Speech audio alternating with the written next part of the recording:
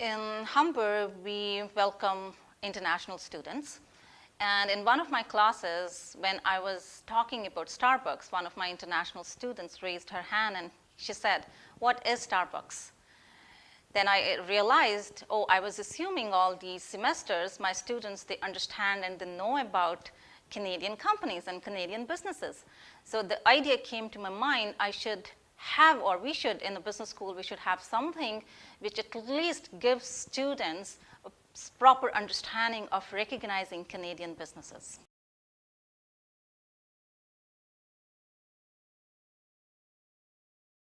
This video shall assist students to recognize and understand the businesses operating in Canada.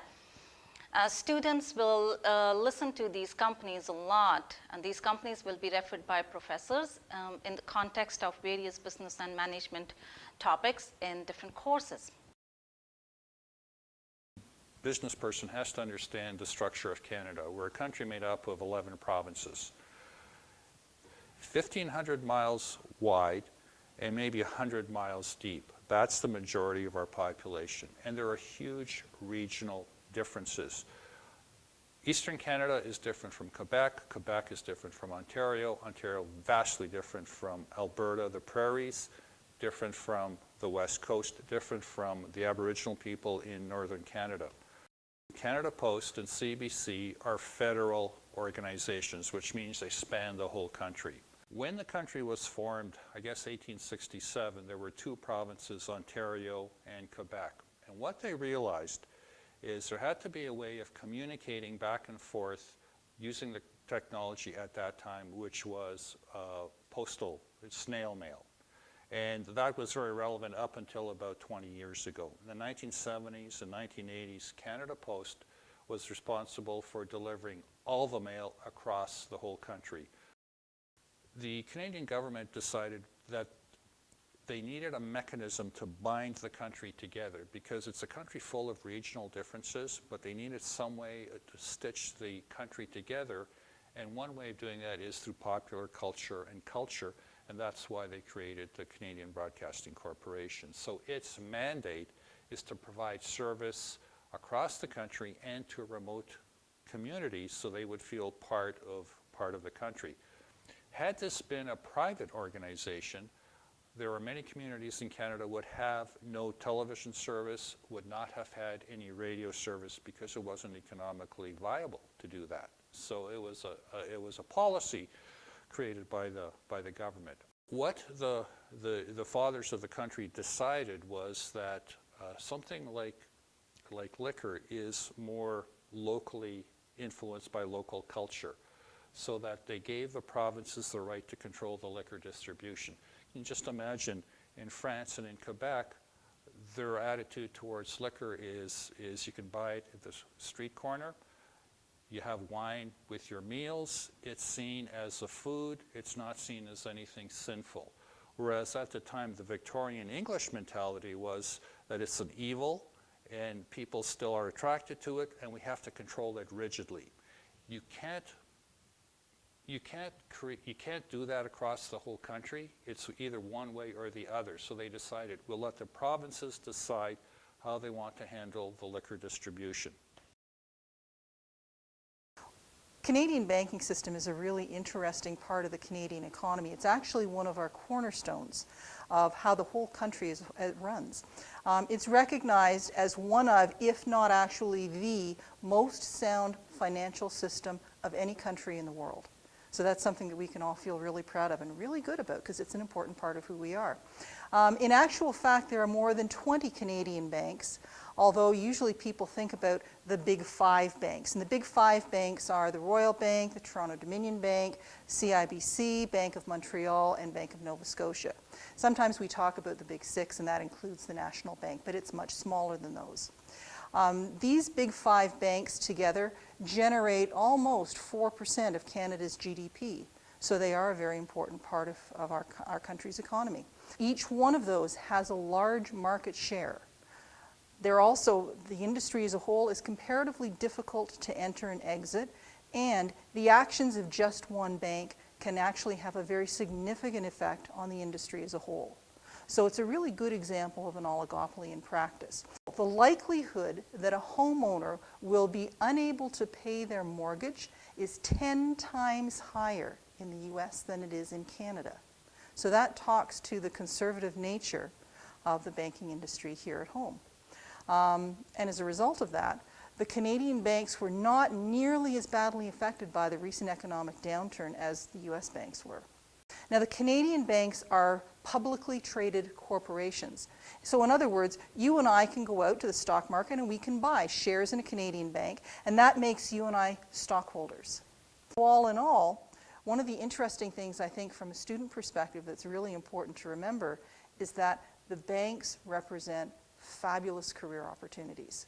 There's a lot of variety in the jobs that are available. There's a lot of growth potential, and there's lots and lots of learning potential. So it's really worth a very close look when you're thinking about, where do I want to focus my career? Canada was similar to many countries in that we went from a what we call a primary economic basis, so mining and forestry and the like. And in the early parts of the 20th century, we became manufacturing oriented, to the point that by the mid-40s, about 30% of our GDP was based on manufacturing activities.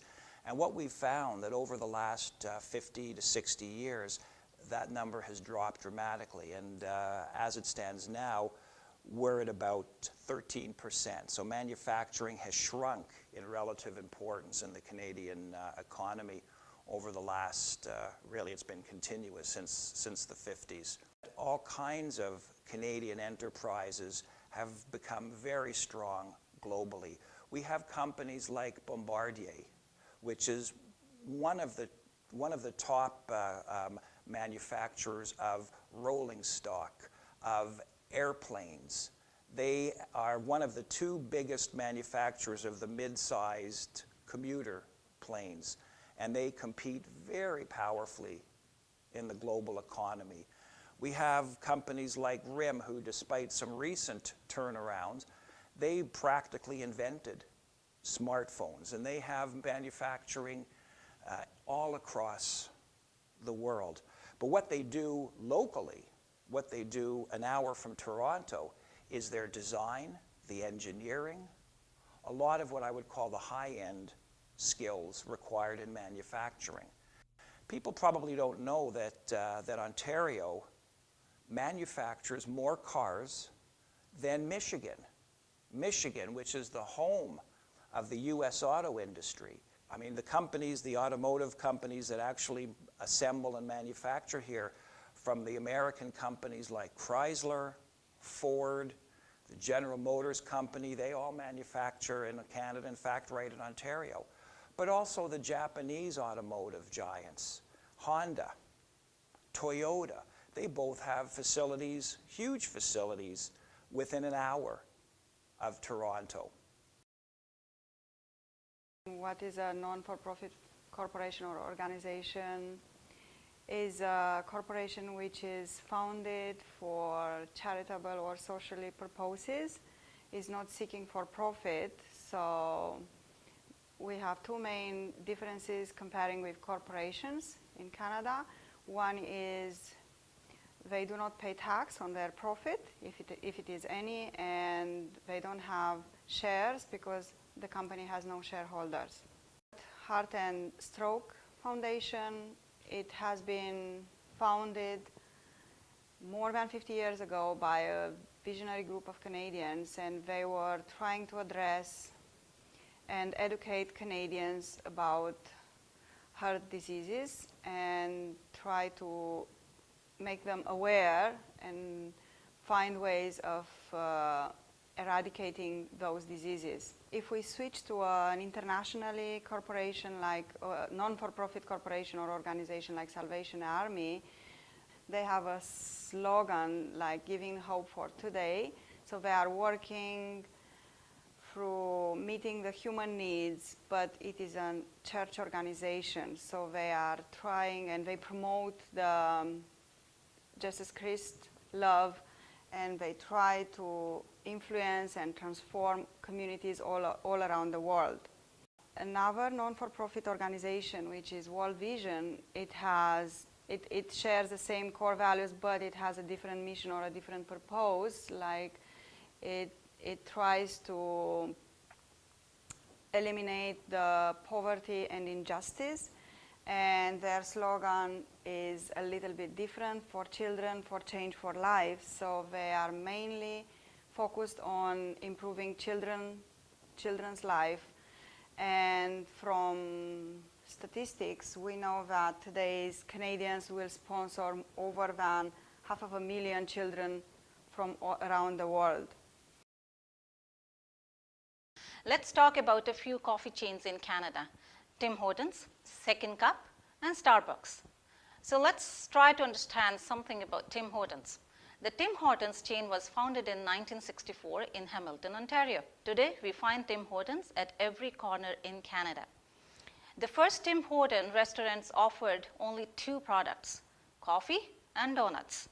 Over the years, Tim Hortons keeps on adding a variety of new products to cater to the tastes of the diverse population demographics. Second Cup is Canada's largest specialty cafe franchisor and the second largest retail of specialty coffee. In addition to their cafes, Second Cup chose Air Canada as their business partner to serve Second Cup coffee exclusively on all domestic and international flights.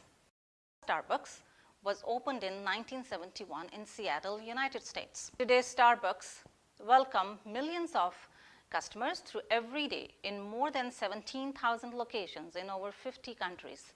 Starbucks forms an alliance with Chapters bookstores in Canada. Starbucks is known for its customer service and calls employees as partners to build a solid customer and employee relationship. All three coffee chains we talked about endorse a philosophy of being a socially responsible corporate citizen. They work closely with the farmers to make them sustainable and economically viable. These companies are committed to reduce the environmental footprints. These companies are committed to promote diversity. After watching this video, I hope students are more familiar with businesses operating in Canada. However, Canadian businesses landscape is not limited to the few companies we touched upon. Students are encouraged to research more about these and other Canadian companies at their own.